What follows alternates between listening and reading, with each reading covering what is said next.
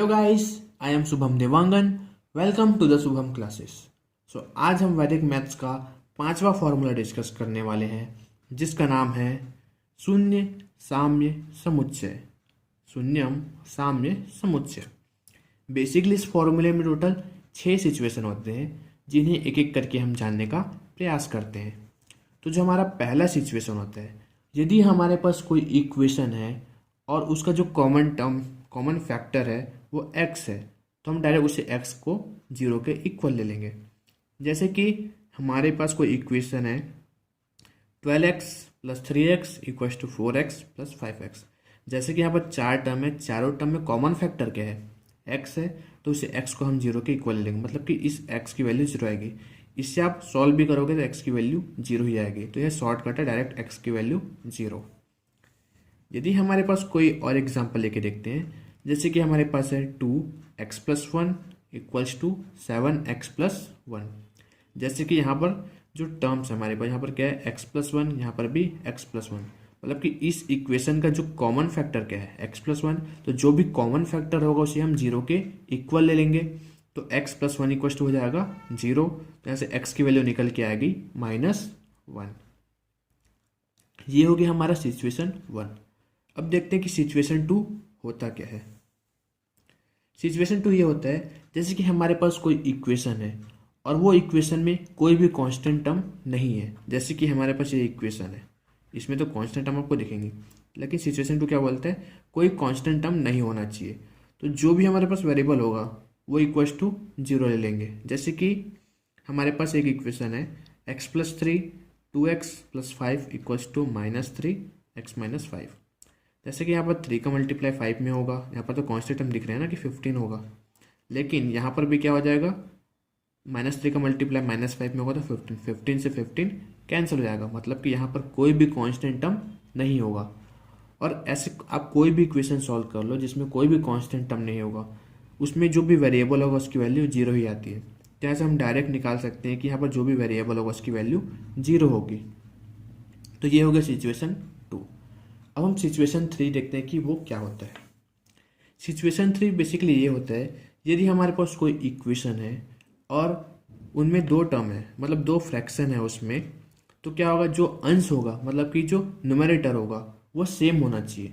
तो जो डिनोमिनेटर है मतलब कि जो हर है, उनका जो सम होता है वो 0 के इक्वल होता है। अब इसे कुछ एग्जाम्पल के से समझने का कोशिश करते हैं। जैसे कि मैंने बोला कि हमारे पास कोई इक्वेशन है, =0 लग गया, मतलब कि इक्वेशन हो गई। इसमें जो हमारा अंश होगा वो क्या है, सेम है। यहाँ पर भी 1 है, यहाँ पर भी 1 है, सेम है। तो क्या होगा, जो हमारा डिनोमिनेटर है, जो हर होगा, उनका जो सम होगा वो 0 के इक्वल होगा। तो 2x + 1 + 3x + 4 = 0। तो यहाँ से वेरिएबल x की वैल्यू क्या निकल गई, -1। तो ये हो गया सिचुएशन 3। बहुत ही आसान था, बस यहाँ पर हमको ये देखना है कि जो हमारा अंश है वो सेम होना चाहिए। अगर अंश सेम है तो नीचे वाले जो डिनोमिनेटर है, हर है, उसे प्लस कर देंगे और 0 के इक्वल ले लेंगे। यहाँ से हमारे वेरिएबल x की वैल्यू निकल जाएगी। अब देखते हैं कि सिचुएशन 4 क्या होता है।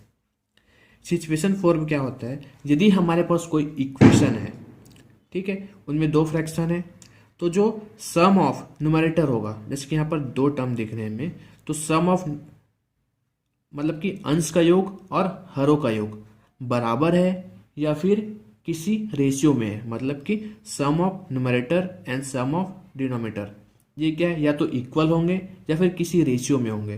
तो क्या होंगे, उसे डायरेक्ट हम 0 के इक्वल ले लेंगे। जैसे कि एग्जांपल के देखते हैं, हमारे पास है 2x + 3 / 2x + 5 + 2x + 5 / 2x + 3 = 0। यहाँ पर इक्वेशन हो गया हमारे पास।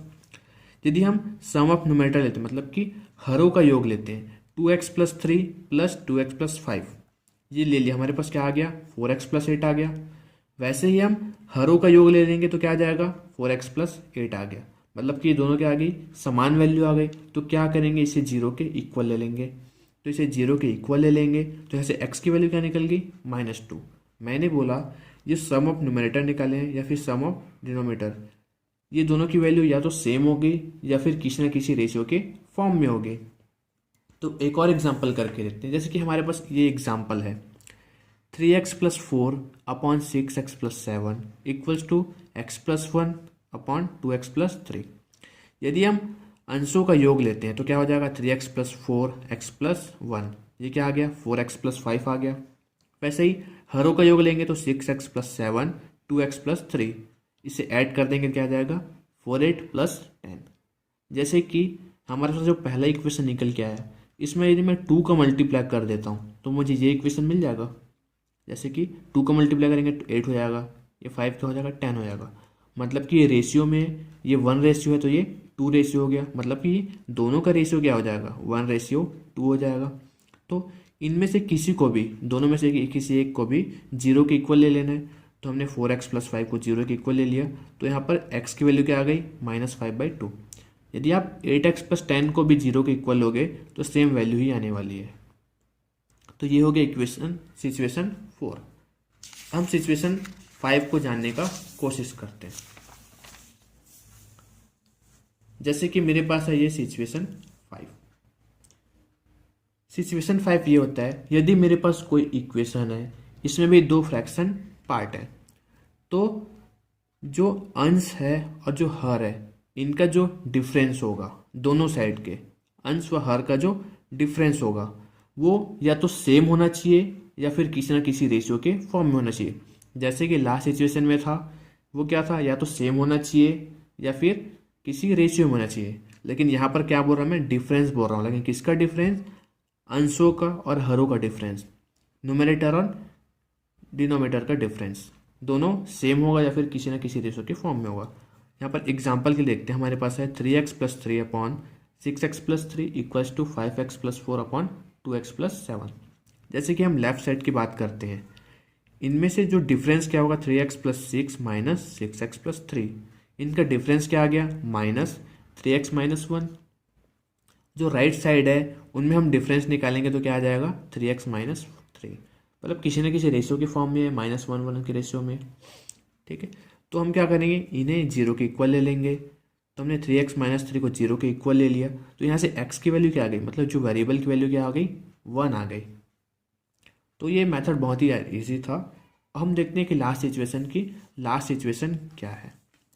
लास्ट सिचुएशन ये है, यदि हमारे पास कोई इक्वेशन है और उस इक्वेशन में जो अंश है, जो न्यूमरेटर है, वो सब सेम है। जितने भी यहाँ पर टर्म्स आएंगे उन सब के न्यूमरेटर क्या होने चाहिए, सेम होने चाहिए।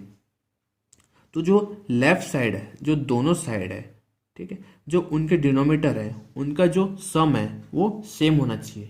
यहाँ पर रेशियो में होगा तो काम नहीं बनेगा, इन्हें सेम होना पड़ेगा। जो हम डिनोमिनेटर का जो सम लेंगे वो सेम होना चाहिए।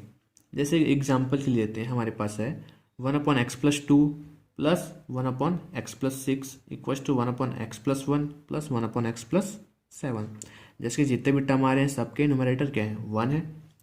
तो हम लेफ्ट साइड वाले के डिनोमिनेटर का सम ले लेते हैं।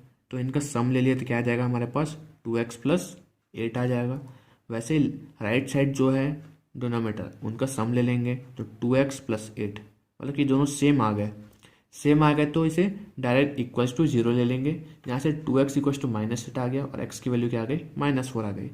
यदि ये इक्वल नहीं आते तो हम ये इक्वल्स टू 0 नहीं लिख सकते थे।